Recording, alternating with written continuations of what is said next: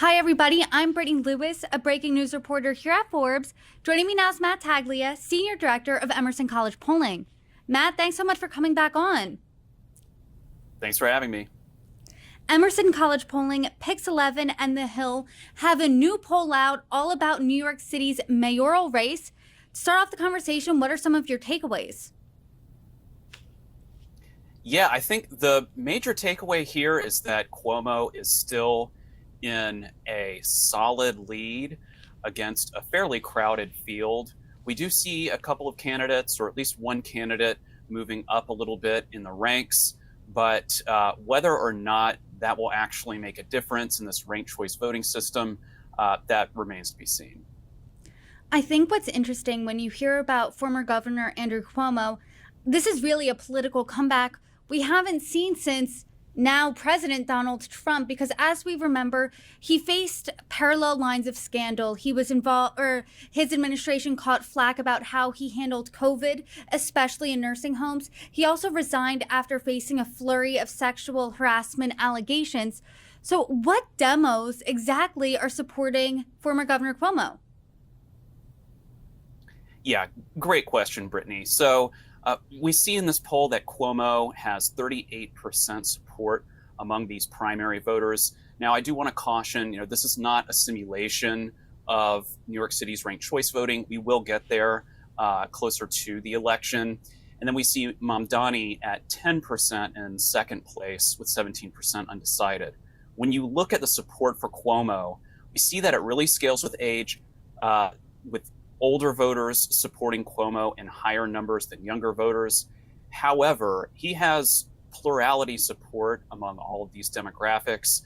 You also look at more diverse voters like Blacks and Hispanics, and we see fairly strong pluralities for Cuomo there. So, he really is running the gamut as far as the demographics he would want to win in this vote. I'm sure as a politician, what you want to see in polls is yourself gaining momentum. And we see that with Governor Cuomo from February now to March. He's gained momentum in this poll. Anyone else gaining momentum? And arguably just as important, who's losing support? Yeah, so we see Mamdani with 10%. And I believe he was in single digits in our poll from earlier this year. And we see that that's mostly due to under 40 voters. Now, that's not to say that he is winning these voters outright or that they are a monolith in any way. Again, Cuomo draws some pretty sizable numbers from these voters. But we have seen, over the past few weeks even, that his campaign has been attracting more attention, more funding. It's especially been driven by some of these younger voters. I think he needs to consolidate that vote more so than right now in order to have a shot at this and to hopefully rein in some of that second place support once it comes down to the ranked choice system.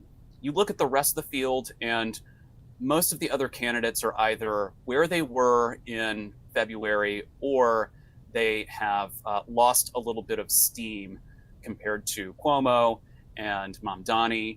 And then we also see undecided here is at about 17%. That's down significantly as well. And we're starting to see folks start to make up their minds.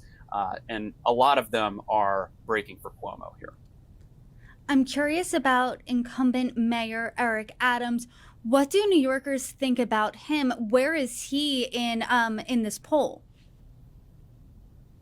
And he is one who has lost some steam since our last poll. He's now at 8%. He was previously, I believe, at 10%. So only a slight drop. But if I'm the incumbent mayor of New York City and I'm running in this primary, I really want to see that number tick up and not down. We also see that Adams has fairly abysmal approval here. 18% of New Yorkers approve of his job performance versus 66% who disapprove. That is worse than Donald Trump's approval in New York City. He is at 27% support, approve, 66% disapprove. I cannot think of a worse place to be than Eric Adams is at this point in terms of running for re-election. And we'll talk more about Mayor Eric Adams in a second. But I'm thinking about New York City, A, because I live there, B, we're talking about it. And it's a blue city. It is a liberal city. It did go a little more for Trump than in past years, but it's still a reliably blue city. As of now, Cuomo has a comfortable lead. We know anything can change in politics. But let's say he does win the primary here. Does a Republican have a shot against Governor Cuomo? So I'd say probably not. When we look at the general election test in this poll, we use some hypothetical candidates here. So Cuomo hypothetically would receive 43%, Curtis Silva hypothetically at 13%.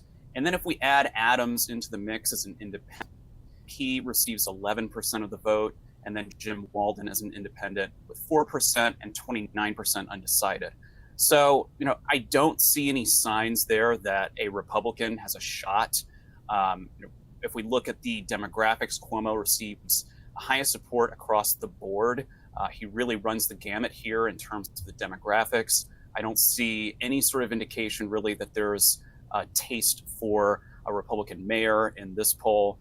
And, frankly, I don't expect that to change much over the coming months.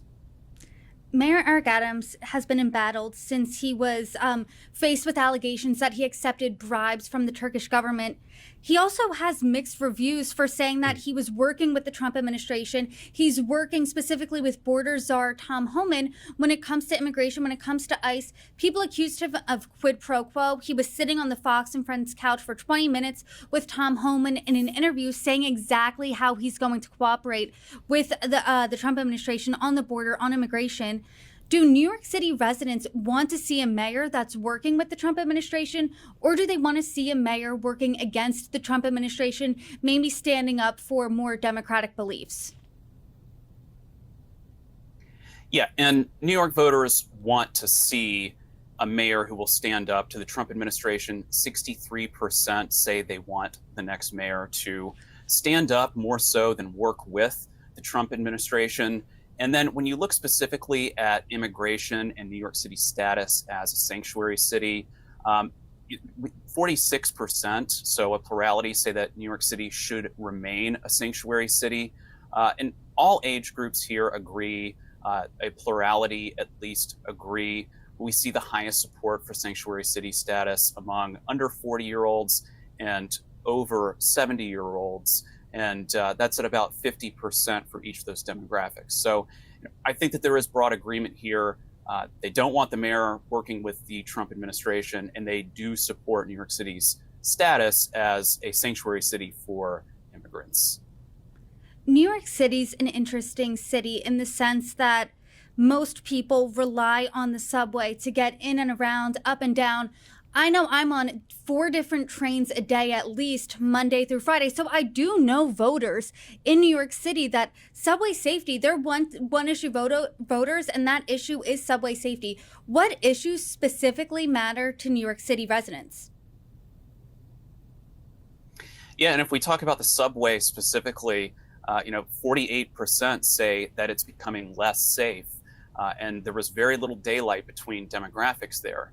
Now, that's not necessarily to say that the subway is their top priority. About a third say that they want the next mayor to focus mostly on crime and public safety. And then 23% say housing, 10% want that mayor to focus on the migrant crisis.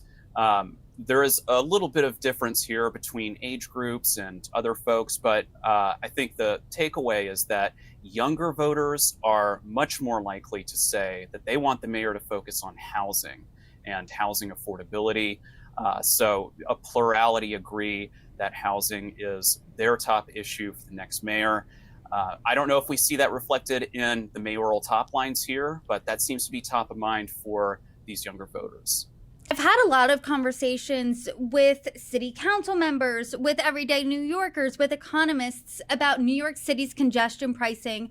It went into effect at the beginning of January. Even President Trump has weighed in on this. It costs drivers $9 during peak hours if they enter the city below 60th Street in Manhattan.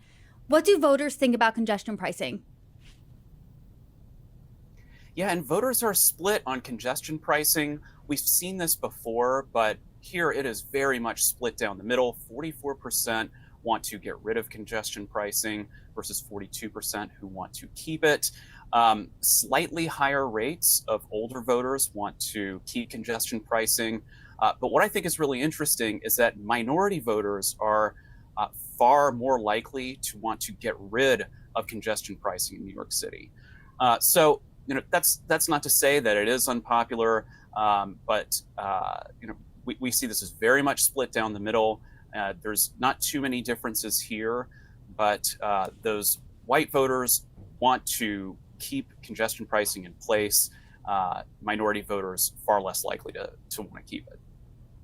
Cuomo has the lead here, followed by undecided in second place. We know that the primary is in June. So if I'm Governor Cuomo and I'm seeing number 2 is undecided, does that make me feel better or worse? What do you think?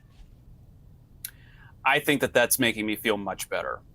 Being in this spot, having a plurality of the vote, and really not seeing my vote share fall month to month or week to week, and without a single real challenger in second place, that's exactly where I would want to be.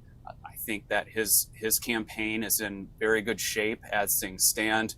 If I were him, I would hope for really little media attention, ride in on high name ID.